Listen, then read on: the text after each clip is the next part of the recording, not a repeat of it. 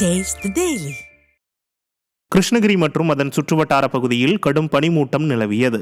கிருஷ்ணகிரி, காவேரிப்பட்டினம், வேப்பனப்பள்ளி மற்றும் அதன் சுற்றுவட்டார பகுதிகளில் வழக்கத்தை காட்டிலும் கடுமையான பனிமூட்டம் காணப்பட்டது.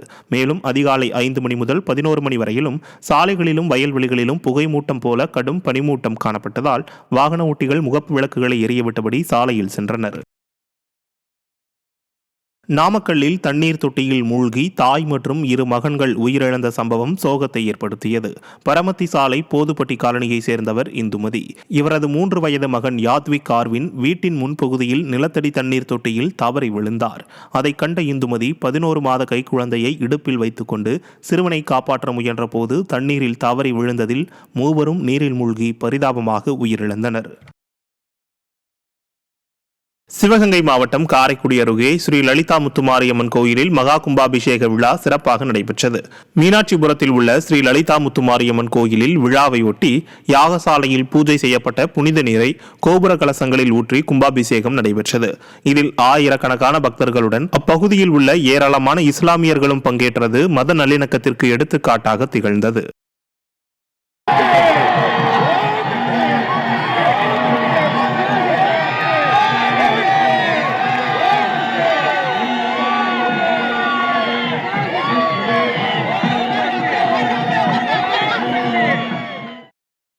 சிவகங்கை மாவட்டம் திருப்பத்தூர் அருகே விடியா திமுக அரசின் டப்பா பேருந்தால் பயணிகள் அவதியடைந்தனர். சிங்கமுனரியிலிருந்து பொன்னமராவதி சென்ற அரசு நகர பேருந்து மேலவண்ணாயிருப்பு மலைப்பகுதியில் ஏற முடியாமல் திணறியது. இதையடுத்து பேருந்து நிறுத்தத்திலிருந்து பயணிகளை நடத்துனர் இறக்கிவிட்டதால் டிக்கெட் எடுத்தும் அவர்கள் 1 கிலோமீட்டர் நடந்து செல்ல வேண்டிய அவலம் ஏற்பட்டது. இதே பகுதியில் கடந்த வாரம் அரசு பேருந்து மலையில் ஏற முடியாமல் திணறி பின்னோக்கி வந்ததும் அதனை நிறுத்த நடத்துனர் பாறாங்கல்லுடன் சென்ற வீடியோவும் வெளியாகி திமுக அரசின் போக்குவரத்து துறை லட்சணத்தை தோலுரித்து காட்டியது குறிப்பிடத்தக்கது.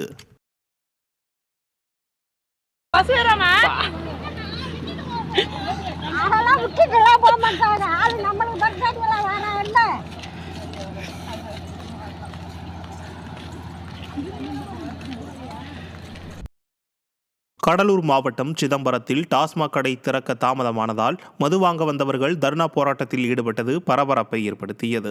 சிதம்பரம் பேருந்து நிலையம் அருகே டாஸ்மாக் கடையை திறக்க 20 நிமிடங்கள் தாமதமாகியுள்ளது.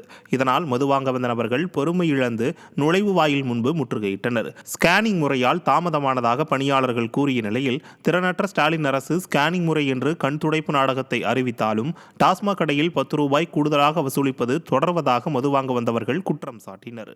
அரசின் முதல்வர் மதுவுக்கு அடிமையானவர்களை மீட்க எந்த முயற்சியும் மேற்கொள்ளாமல் விழிப்புணர்வு வீடியோ வெளியிட்டு என்ன பயன் என பொதுமக்கள் கேள்வி எழுப்புகின்றனர்.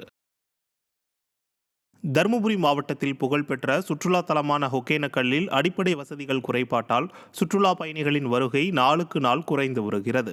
ஒகேனக்கல் சினி அருவி, ஐந்தருவி, படகு சவாரி என அனைத்தும் கொண்ட சுற்றுலா தலமாக உள்ளது. இங்கு முதலை பண்ணைக்கு எதிரே முன்னோர்களுக்கு திதி கொடுக்க வருபவர்கள் போதிய வசதிகள் இல்லாததால் திதி கொடுத்துவிட்டு துணிகளை வீசி செல்வதால் சுகாதார சீர்கேடு உருவாகி நோய் தொற்று அபாயம் ஏற்பட்டுள்ளது.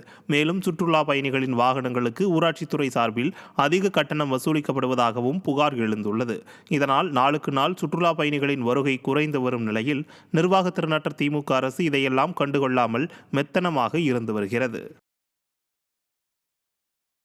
திண்டுக்கல் மாவட்டம் வேடசந்தூர் தொகுதியில் அடிப்படை வசதிகளை செய்து தரக்கோரி பொதுமக்கள் மாவட்ட ஆட்சியரிடம் மனு அளித்துள்ளனர். திமுகவை சேர்ந்த காந்திராஜன் சட்டமன்ற உறுப்பினராக உள்ள வேடசந்தூர் தொகுதியில் குடிநீர், அங்கன்வாடி மையம், சாலை வசதி உள்ளிட்ட பொதுமக்களுக்கு தேவையான எந்த அடிப்படை வசதிகளும் முறையாக செய்து தரப்படவில்லை என குற்றச்சாட்டு இருந்து வருகிறது. இது குறித்து பலமுறை மனு அளித்தும் எந்த நடவடிக்கையும் இல்லாததால் பாதிக்கப்பட்ட பொதுமக்கள் அடிப்படை வசதி கோரி மாவட்ட ஆட்சியரிடம் மனு அளித்துள்ளனர். திமுகவினரின் தொகுதிகளில் எந்த அடிப்படை வசதிகளும் செய்து தரப்படுவதில்லை என்பது மக்களின் குற்றச்சாட்டாக உள்ளது. எனவே சாக்கடை வசதி கிடையாது. சாக்கடை பூராமே அப்படியே நிறைஞ்சு கிடக்குது. தேவையில்லாத திட்டங்களை பஞ்சாயத்து தலைவர் போட்டு காசு பணத்தை எடுத்துகிட்டு போகிறத தவிர அது நிரந்தர தீர்வாக இல்லை.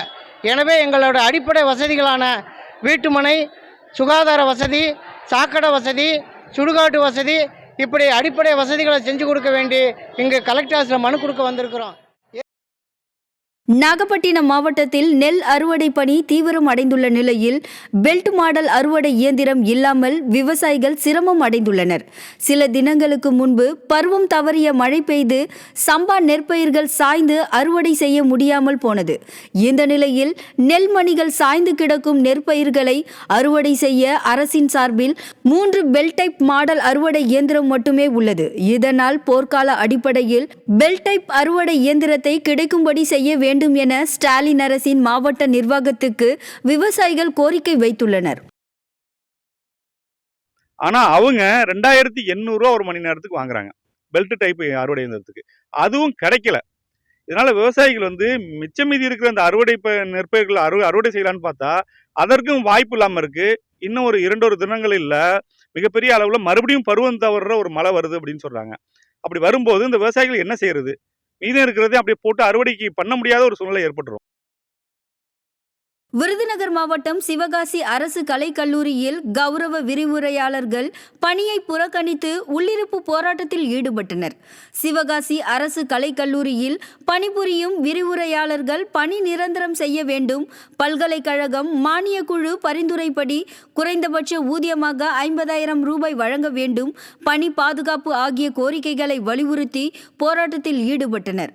அப்போது திறனற்ற திமுக அரசுக்கு எதிராக கண்டன முழக்கங்களையும் எழுப்பினர்.